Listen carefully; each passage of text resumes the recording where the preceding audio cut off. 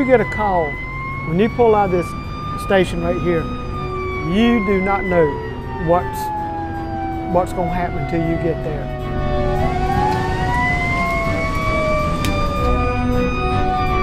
So you always kind of expect the worst, hope for the best, and let it fall where it does, and we just handle the situation accordingly.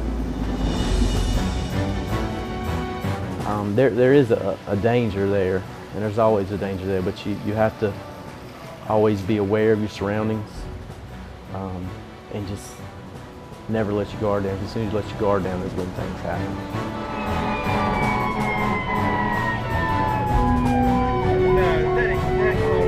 Our first good quality that a firefighter should have is just being well-rounded. You have to, you just never know what you're going to get called to. You never know who you're going to have to take care of. And every call, when the alarm goes off and we pull out on that truck, we're going to some type of emergency where somebody's having a bad day. There's just a wide spectrum of things that we do and that we provide to the community. We respond to almost anything and everything.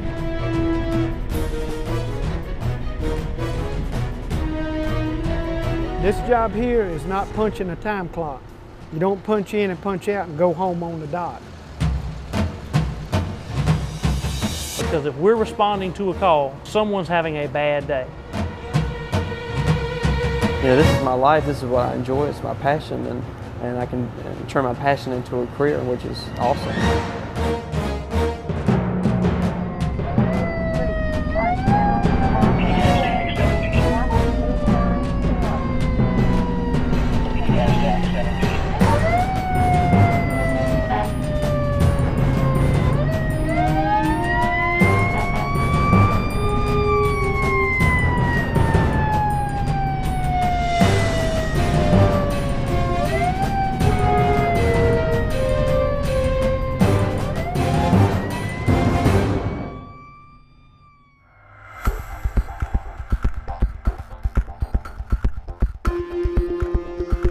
This is the Wake County Fire Rescue Training Center, and we do training for Wake County and surrounding counties.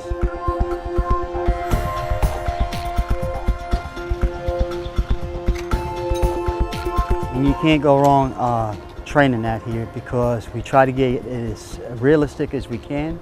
And the nice thing about this is you can pull hose, or stretch hose as we call it, off a truck, you know, over and over and over again, but out here we put a little bit of stress up underneath you because you have other things going on. You have the fire, you have the smoke, and you know, people are looking. So you're under a little stress as you would in the real world when you respond on these incidents.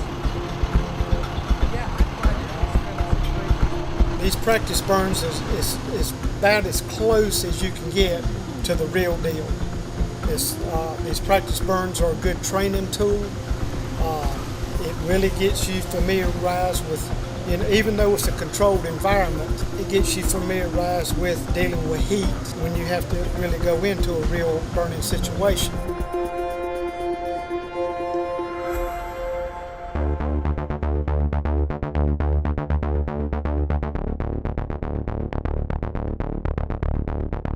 There's danger in everything you do. I mean, there's been live burns where they've had firefighters killed.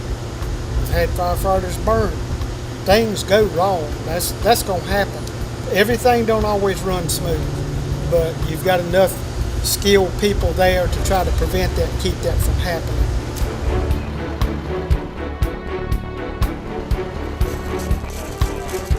It makes you put everything together and use it all at one time and get used to doing that, so that, like I said, when you go to a fire, you can rely on your training, and it's like a second nature to you, and you've done this before, so this is what I need to do.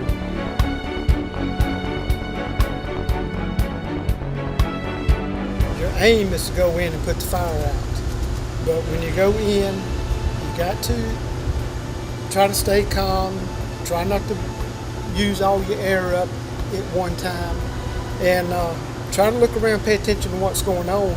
Don't get tunnel vision, don't let fire get away from you, get over your head, don't let the fire get behind you. You've got to make some smart decisions while you're in there to keep yourself safe.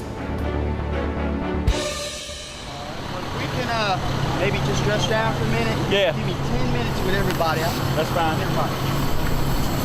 Guys, y'all dress down. Dress down and meet right over here underneath the shelter.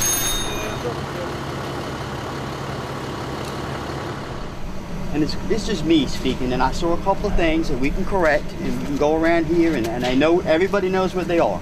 I mean, we've all been there. Hey, you know, sitting back at the fire station and talking about it, you know, you can click it off really fast, and you know that 360, and you know stress. Right. It's a great environment to be able to come up with things like that. However, when you get put on the training ground, there's a lot of other things going on that you really didn't think about. Some things are happening. War supply's not working out just right. I'm thinking about that. I don't have a radio. Somebody's calling me. You know, so there's a lot of stress going on. And so when we pile all of that into one drill, absolutely some things are going to start to go downhill. And that's, like Bobby said earlier, that's exactly why we're on the training ground. That's why we're here. We all have to play a safety officer for everybody. Every individual has to play a safety officer for yourself and for your other crew members, because you know, we're wearing masks and all these clothes and stuff, and we may not see something that someone else does. So that's why it's important in the training that we go in and we talk and communicate, so that if we go in a house that's on fire, we know what each other are kind of doing and thinking, and if somebody sees some other one, we know we may say, hey, did you see that? Just to make sure they knew it was there.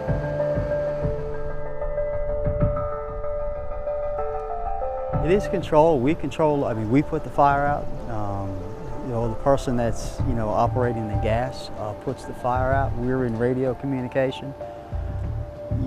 It is a pretty safe environment, but you can get burned. People can get hurt.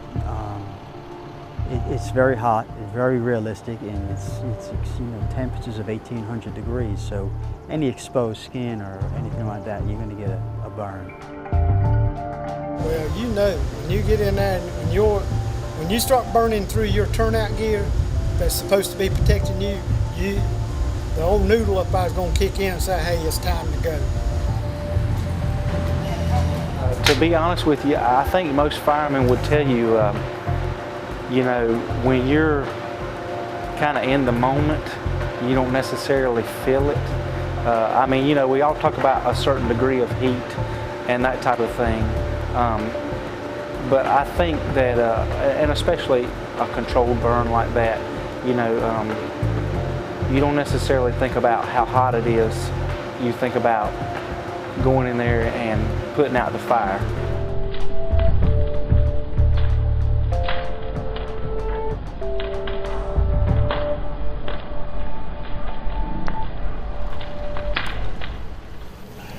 I thought that went pretty good. One thing I would have did though is I would have straddled that nozzle and put my face piece on at that hose. You made a lot of extra work for yourself. I did. By going over to the front bumper, putting your stuff on, and then going back.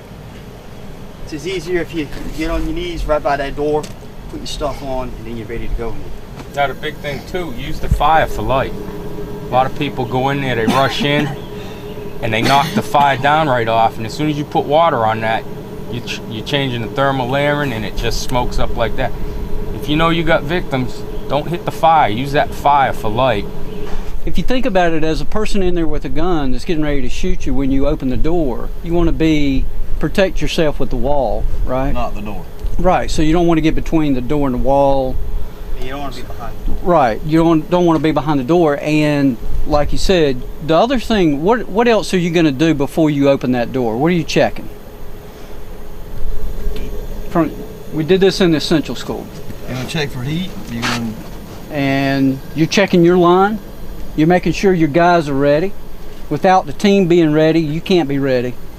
You're checking your gallons per minute on the nozzle. Also, and you're checking your pattern. Right. You're checking your good pressure. You're checking those things. And flow it full on the ground in front of you. You don't have to stick it out and flow it out there. Okay? Do it right there. And that way you're still facing the doorway, you're still ready to go, And when you open that door, you give it time to lift. Just like when you're inside, don't turn your body away from the fire. Right. Or Absolutely. Where the right. fire is. Right. Exactly.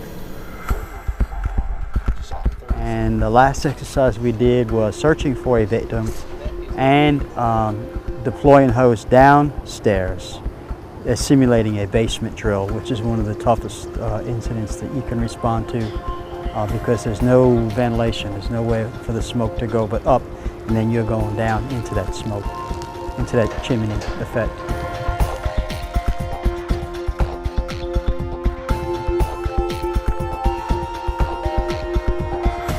There are things that we do every day, and then there are things that maybe we do twice a year. And we have to be just as good at what we do twice a year as the things that we do every day. And the way we do that is through the training that we do. You know, if we make a mistake doing something that we should have made a mistake on, that's where we'll go back to training and stuff at. We don't want to ever have a problem repeat itself.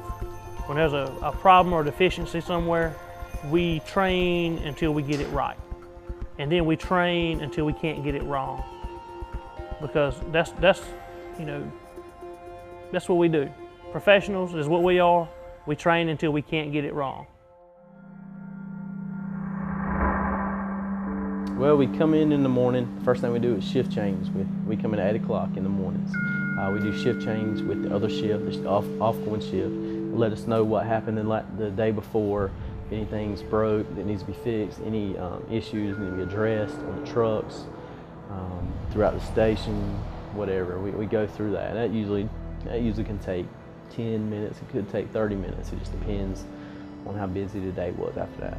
After that, we come out here, we come into the bay, and we start doing our daily checks on the truck. That's just to make sure the trucks are ready to go that morning, make sure they got fuel, they can start, lights, sirens work, make sure everything, all the medical equipment's there, make sure everything's there ready to respond to an emergency.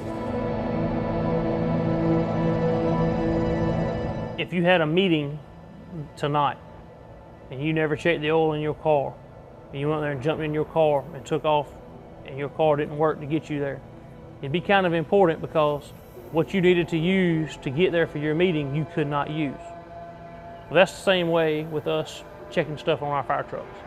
You know, every day we want to check the red lights to make sure they work. We want to make sure the vehicle's full of fuel. We want to make sure that all the equipment on the truck is there, it's clean, it's ready to be used, and functions the way it's designed to do. So that if we go to an emergency and we need it, that it's there. And we all understand that things are going to break at, you know, unforeseen times. But that's why we have more than one truck coming. And we have, you know, same things on most of our trucks so that we have multiple ones of them to use. But you don't ever want to go to a job to do something and not have the tools you need to do it with properly. So that's why we check to make sure everything's there and it works correctly and functions like it should to use on the call to do our job more safely, more proficient.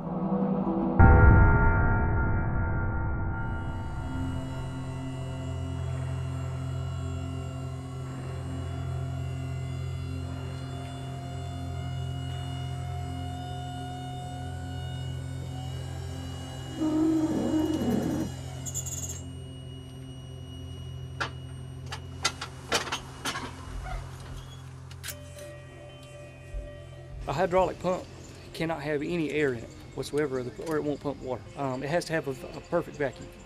And so we have a primer on here that it shunts air out of the pump. Meantime, bringing water in. So it creates a perfect vacuum. And so we have to have needless to say, we have to have all that air out of there. And that device is broken right now, the handle that controls that. And so usually we don't get as lucky as we do this time. That handle that actuates that valve usually snaps in half. It's snapped away at the top of the control this time, so I can just feed it through and fix it.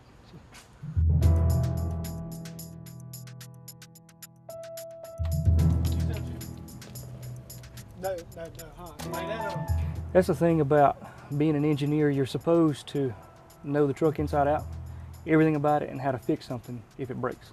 No problem, I can fix it. It's 5-minute fix or an hour?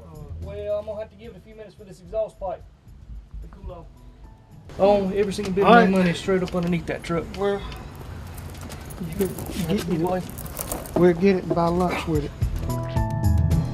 Okay, when you get in the fire business, you gotta be a construction guru, you gotta be a janitor, you gotta be a firefighter, you gotta be a doctor, you gotta be a painter, electrician, a plumber. You gotta be able to do it all. What's the matter, Christopher? Nothing. Not having the best day over here. All right, I need that washer. A lot of people have the mindset that all firefighters do is watch TV and play cards. So I would invite any citizen that wanted to come up here and spend the day with us and see what we really do. The door is open.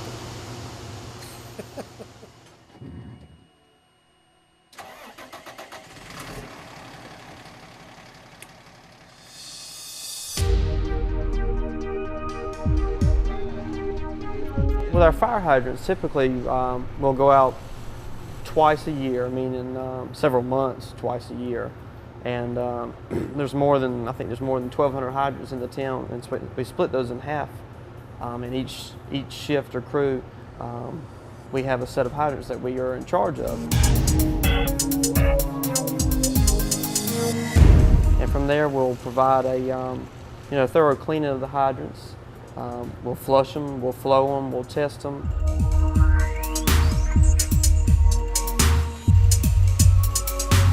What I'm doing right now is actually filling the truck. Just a couple of gallons of water that we needed. What we're doing right now is we got our hydrant connected to the truck. So our flow coming in right now is our static reading. That's all the water that's coming in right now. So what we're going to do from there is open up a side discharge, and that's going to tell us how much is left over and what our flow reading is. So we can be able to know how many GPMs that hydrant is flowing.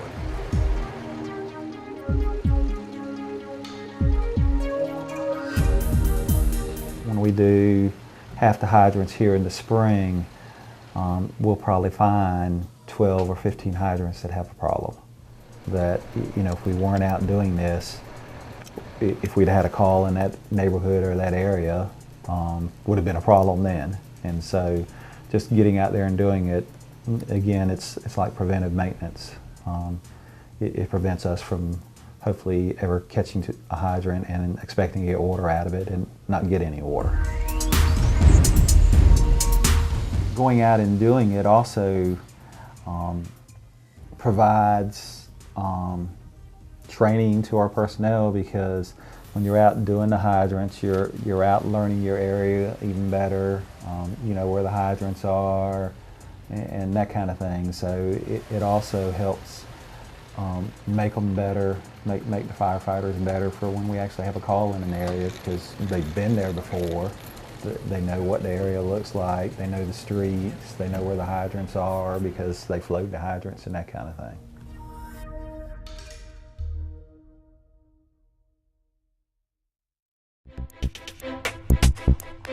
It's training every day. People don't realize the training that we have to come back to at night or on your days off. It never ends. Training never ends. So if you're gonna come here and be a firefighter and think you're just gonna get on this truck and ride and run fire calls, you're not. You're gonna be sitting in that classroom about half the time, because the training never stops. The day you stop training and learning is the day you need to go home. Because there are people here that might be 60, 70 years old, and they still sit in classes and train. We've made some changes over the past few years and added a few things in there. There's so much training. I could sit here and tell you about training all day long. Education is one thing no one can take away from you. And all the education we can get, whether it be from a book, from a movie, from a video, someone telling you what we call war stories or personal experiences, will help us do our job better. That we worry with in trauma. Very good. Blood pressure? We don't run academies where we take people and we can train them to be firefighters. So you're usually hiring people who are already trained. And so we're looking for somebody who's got their Firefighter 2 certifications, got their EMT, got their hazmat, and then as they grow and develop with us, what we would like for them to do is get their technical rescue training, to get their car seat, to get their fire and life safety educator, and several other classes like that, which allows them to be trained and certified in the full aspects of what we expect our firefighters to do.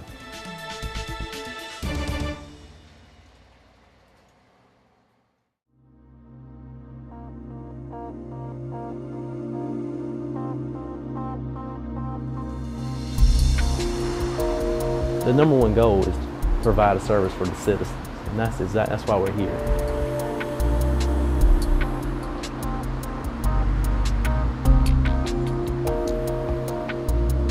Most people think, oh, you can buy a child safety seat at one of the stores, you can put it in 5 minutes. You would not realize how much stuff there is to learn about the safety of that seat fitting in a car and how to safely protect a child. And that's stuff that we provide here at Knightdale.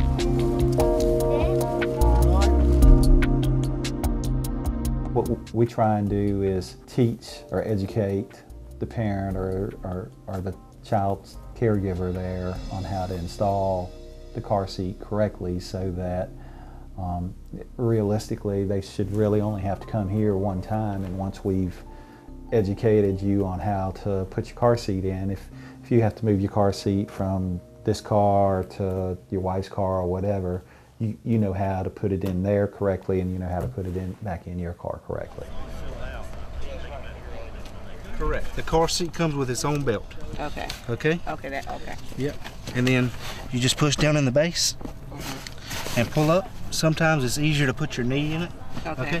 And what you're looking for is you want less than an inch of movement in the bottom. And when I say an inch of movement, I'm not talking about like you got to rock the whole car. You know, it's just to grab the seat and make sure it's nice and snug. Okay. All right. And then you can just kind of tuck that belt in there real nice.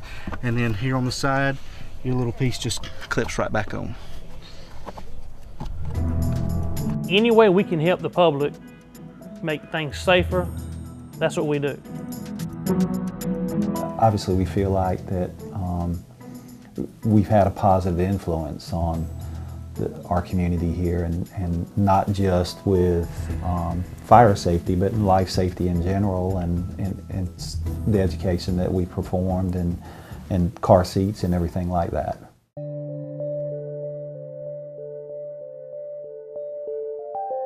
We're a full service fire department. We go the extra mile. We want to make sure anybody and everybody is as safe as they can be at any given time.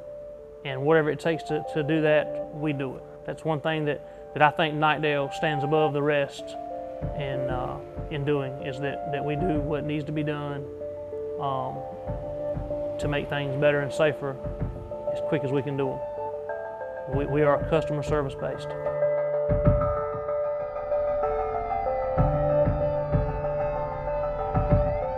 They went on a fire alarm this morning at about 5:30. It was in an apartment, but a lady there had a problem with her smoke detector chirping or whatever because the battery was dead, and you know, they went ahead and changed the battery out for her. So you know, we go out and help with those things also. Okie dokie. Now you're a little bit safer. A lot of people will think that would be, you know, oh, what's the fire department got? What's the business of doing that? We got older people in our neighborhood, and we look after them. If they need a battery put in their smoke detector, we're going to go put a battery in. If they need a smoke detector, we're going to put up a smoke detector. And if while we're there and they're unloading groceries out of their car, if one of my firemen is not helping me put up a smoke detector, he can help her carry the groceries in. You know, you got to look after people, and you know, we are in the business to serve the public, and if you have to go out of your way a little bit, make somebody's day, help somebody, I don't see nothing wrong with it. When that fire truck drives off and people think good about you.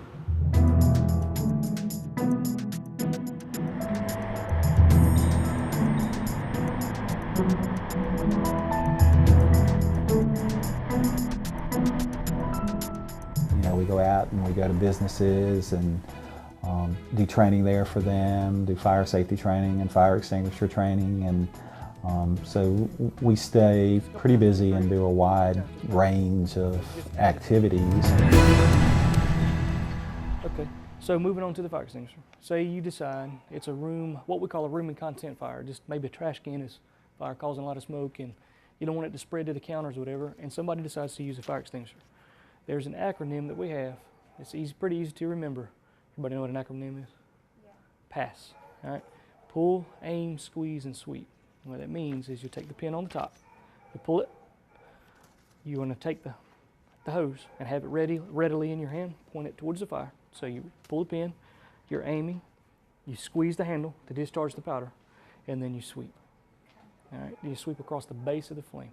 We'll go over that more in just a minute. But we actually take fire extinguishers and we take a big barrel and we put diesel fuel in that barrel and we actually light it. And after we go over a little 15 or 20 minute inside training with them about fire extinguishers, how to use them, we take them outside and we walk them through the steps and actually let them hands-on put fire out with a fire extinguisher. 5 to 10 feet. All right, back away from it. Whoa, whoa, bring it back. Yes, an important step.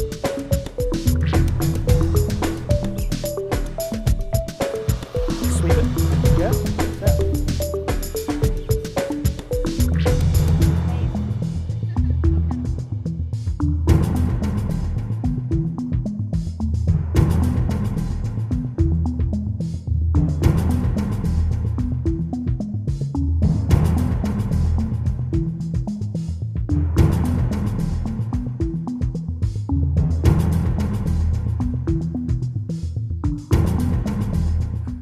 All right, aim it. Okay, let's not run for mom, okay? Let's let her do it all. You ready? You ready? All right, go ahead. We're gonna stop right here. Put it in there. All right, now back up. Don't turn your back to the fire. Hey, you helped your mom put out a fire, man. You got a story to tell Dad now.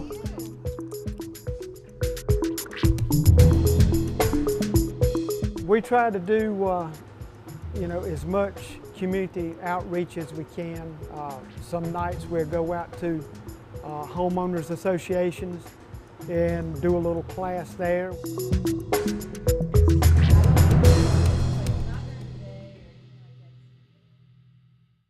Let's talk about smoke detectors. Everybody have a working smoke detector? Yeah. We need to remember that smoke detectors, batteries get changed twice a year. The best way to remember that, twice a year. And the best way to remember that is when you turn your clocks backwards and forwards, that's a good time to go ahead and just change the batteries in your smoke detector. I mean, it doesn't take 2 minutes, nowadays you just flip the little door open, throw a battery in there, and it's done. Secondly, if your smoke detector is chirping like a bird, yes, that means the batteries in it are going dead, and it's time to put a new battery in it. So if you have not recently changed the batteries, or even if you have recently changed the batteries, go ahead and try and stick a new battery in it and see what happens. If it continues to chirp, maybe time to contact the fire department and we'll come out and take a look at it for you. Everybody that's in the neighborhood doesn't always come to the meeting, but generally within neighborhoods, neighbors talk to one another and they know each other. So hopefully somebody will pick up a safety tip here at one of the homeowner association meetings that they can carry back and share with their friends, neighbors, family members. And what it does for us is it allows us an opportunity to pass along a fire and life safety message to these folks and talk about smoke detectors in their homes and what they should do if they have a fire and how you should have a fire extinguisher in your kitchen and that kind of thing. We do fire inspections here in Knightdale, and in that it's just going through doing an inspection to make sure that everything in the building is compliance with the fire code. Exit good? Yes. Checked it? Yeah, I've checked this exit, all these exits. How about the emergency light? I haven't got here. I've checked the emergency lights in these 2 rooms. In his office, he had some storage that was a little high. I told him to take that down. And then, like I said, I've checked those, and I have not checked this yet. When was that fire answered? I haven't got there yet either. Today, we did a fire inspection of one of our local daycares. In that, we found a couple of different violations, and those ranged from just storage heights of height of storage from the ceiling down. Also of emergency lighting not working. We found a couple violations of just exits being partially blocked, not fully blocked, but just partially blocked. So we, just told them to move that stuff.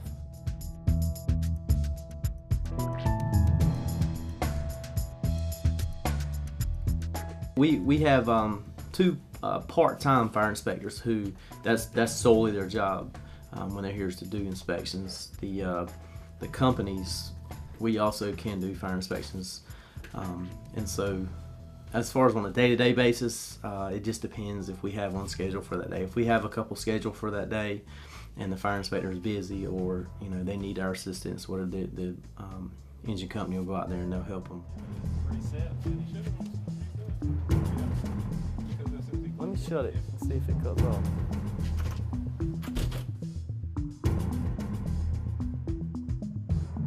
We go to schools every year during Fire Prevention Month in October, and we let the kids watch us actually put our uniform on, and put the air pack and all on, and it sounds kind of funny when we talk through that, and it makes the funny noise when we breathe, and we want kids to see that and see that they're safe and everybody's okay. And we get them to come up and give us a hug, shake our hands, stuff like that, so that people aren't scared of us and what we look like in our costume. We tell them it's just like a clown. We have an outfit we put on, and this is our outfit.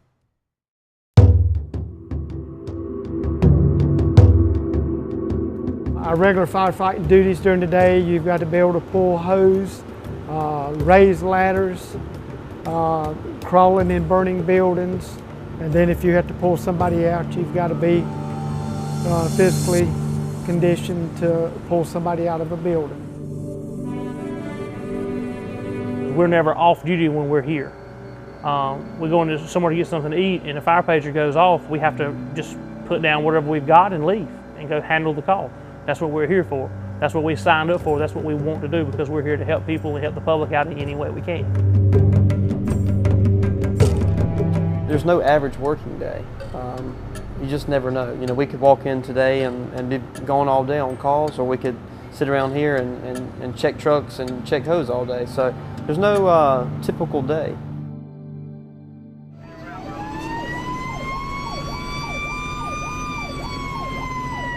I guess my thoughts today when we got dispatched to the outside fire, I was driving the truck, so my responsibility when I got on the scene was to pump the fire truck and provide water to the firefighters. My game plan was to just get prepared for that. What potential lines am I going to pull? What tools are we going to need? Are we going to need any additional resources? Stuff like that. Just getting kind of like a little mini game plan in your head, and also just talking with your crew. Find out if the chief or the captain, have any suggestions or orders that they want done. So just being mentally prepared and having a game plan with your crew is very important.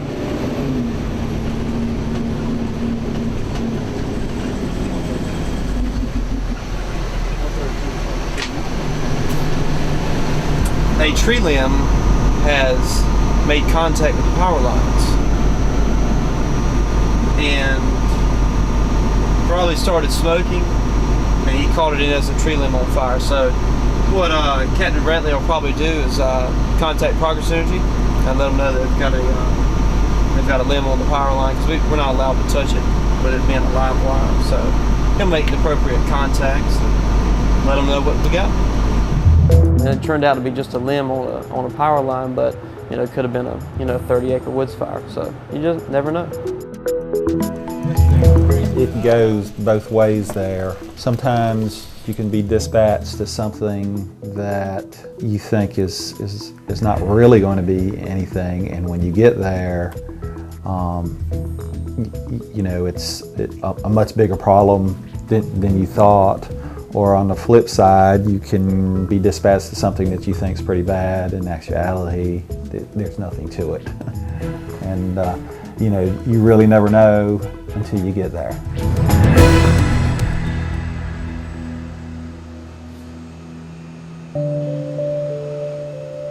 We came into a residence.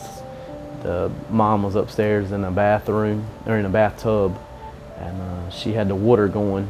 And when I walked in, she said, "I'm having a baby." And I said, "Well, you know, how many babies? Is this your first baby?" And she said, "Yes." She said, "I want to have a water delivery."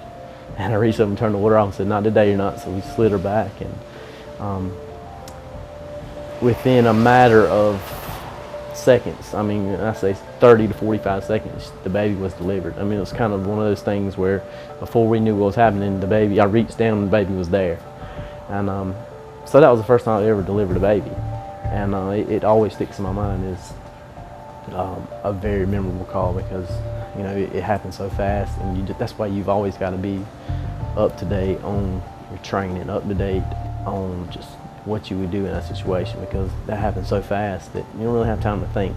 You just relate back to your training, and that's exactly what happened. I related back to my training, and everything went great. The baby was healthy, came out good, everything went perfect.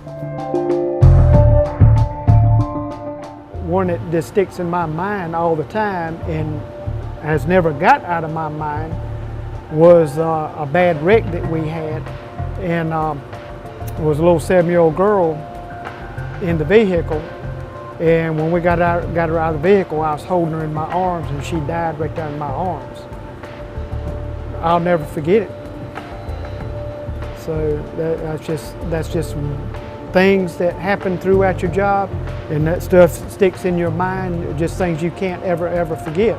But when things like that happen, it makes me want to be a fireman a whole lot longer. I mean, you know, I'm not even thinking about retiring. That's the furthest thing from my mind. I love coming here every day, going out here and doing what we got to do, and doing stuff for the citizens, and protecting our citizens. So that is, you know, I don't know if I'll ever retire. They might have to carry me out.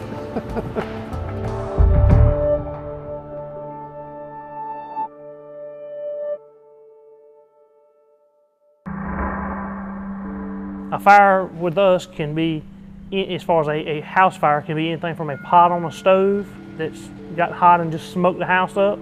It comes in as a structure fire because somebody sees smoke coming out of a window or a door, up to a fully blown house fire that is, you know, burning from top to bottom and left to right and front to back.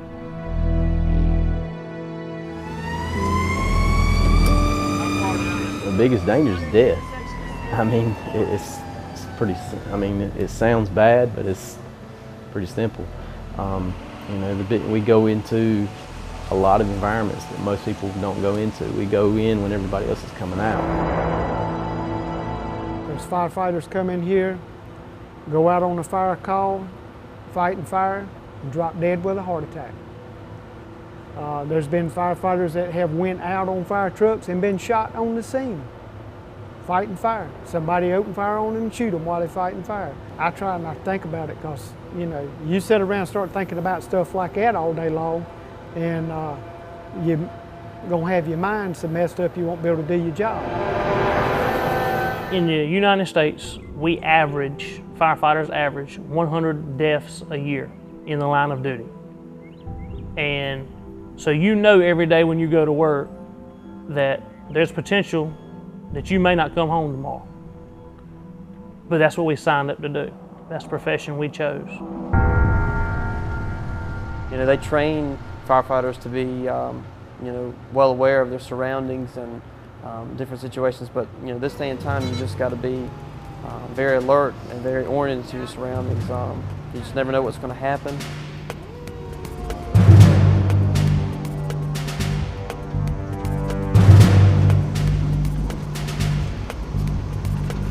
when they don't know who else to call, they dispatch the fire department, and we go over there. And our goal is to try to keep things the way they are or help them improve. This was just a mulch fire. The mulch in the island here was on fire. Could have been caught by somebody just throwing a cigarette out. It's probably how it started. They're not that uncommon, especially when it starts to get drier, especially in the summer. You'll get it in natural places like this or in between the road. As people flick cigarettes out their window on the side of the road, it'll light the median on fire, and that's usually where we get our brush fires. Firemen say the call starts before the buzzer ever goes off. But the thing about firefighters are we always have a plan B. And we're always thinking of, if this doesn't work, what else can I try to see if it works? You never have just one plan and are able to rely on that plan. 99.9% of the time, that plan will work, and it'll work smoothly and perfectly. But that 0.1% of the time, if that plan doesn't work, you need to be able to have a plan B and C and D already thought of in the back of your head. Let's try this next and see if it'll work. My favorite thing about the fire department is just the not typical day. You know, we don't have a set objective each day. You know, there's no set plan every day. Every day is different. So basically what we've got right now is we've got a line down. Initially it was called in as electrical line, but it's a telephone line. We're going to still protect the area and keep all vehicles and pedestrian traffic off of it. So we're just blocking the road. We're going to make the appropriate notifications to telephone service through our dispatch center and let them know of a line down right now. So other than just protecting the area and keeping people off of it, we just pretty much stand by until the proper authorities get here and take care of the situation. The EMS or the EMT portion of it is actually a very large portion of our job of what we do. We respond to a lot of medical calls, so if someone's having a medical emergency, they dial 911, and depending on the priority of that call, the severity of that call would depend on if we go, and the majority of times we do.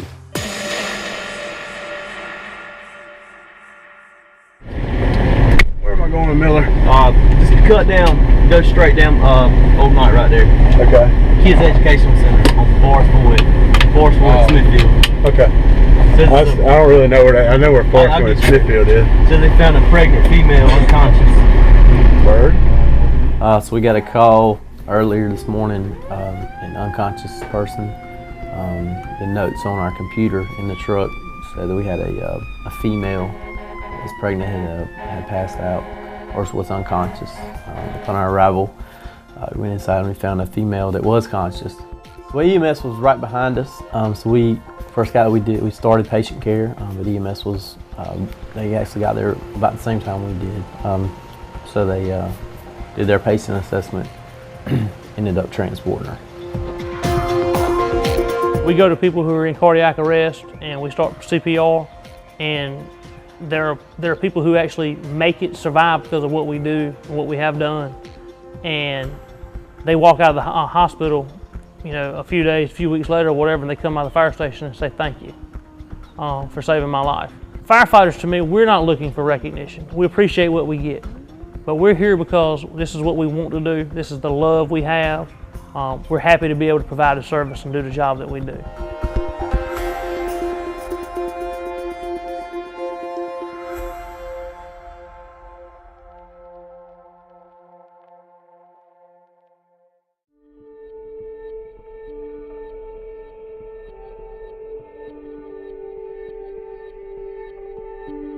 Well, ever since I was real little, my dad was a firefighter. My granddad was a firefighter. A lot of my uncles, cousins, and that kind of thing were all firefighters. So it's pretty much a family tradition for me. So I pretty much just grew up around the fire station. So I knew that's all I ever wanted to do.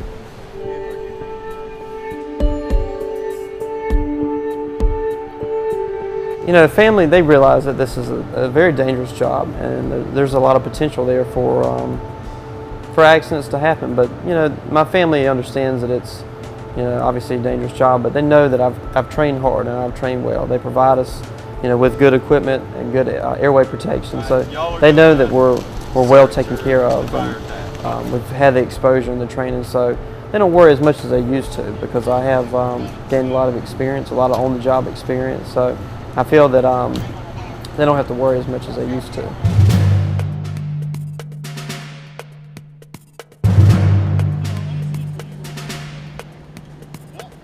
But it also takes being able to be away from your family. I have a wife and kids at home, and so you have to be able to be away from your family for 24 hours at a time. We're a team. There is no I here. Everything we do together. We essentially are a family. We pull up on the scene and we have to go in a burning building. We've got to depend on our driver to operate this pump and get us water. And then when we go in, we've got to depend on each other to get each other in and out safely. So it's just like a family. Whatever we do during the day, we got to do together.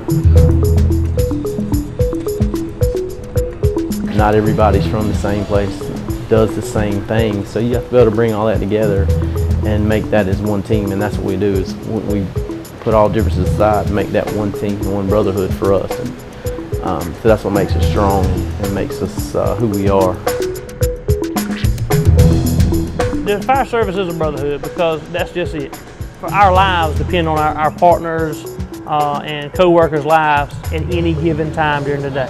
So you know every day when you go to work that there's potential that you may not come home tomorrow. But that's what we signed up to do. That's the profession we chose. We try to encompass safety in all the programs that we offer the citizens of Knightdale, as well as citizens throughout Wake County. So yeah, I hope that people will see us as the safety net of Knightdale. Their goal, obviously, is when they come at 8 o'clock this morning to go home at 8 o'clock tomorrow morning. And some of the things that they may be faced with may put them at risk, but hopefully their training, their experience, and that kind of thing will lessen that risk, so that at 8 o'clock tomorrow morning they go home and back to their families and their real families and that kind of thing. And this is my community that I was born in. This is my community that I've been in since, just since I was born. And I've chosen to raise my family in this community, so it would be to serve the citizens of the community that I call home. It'd probably be the best part of my job.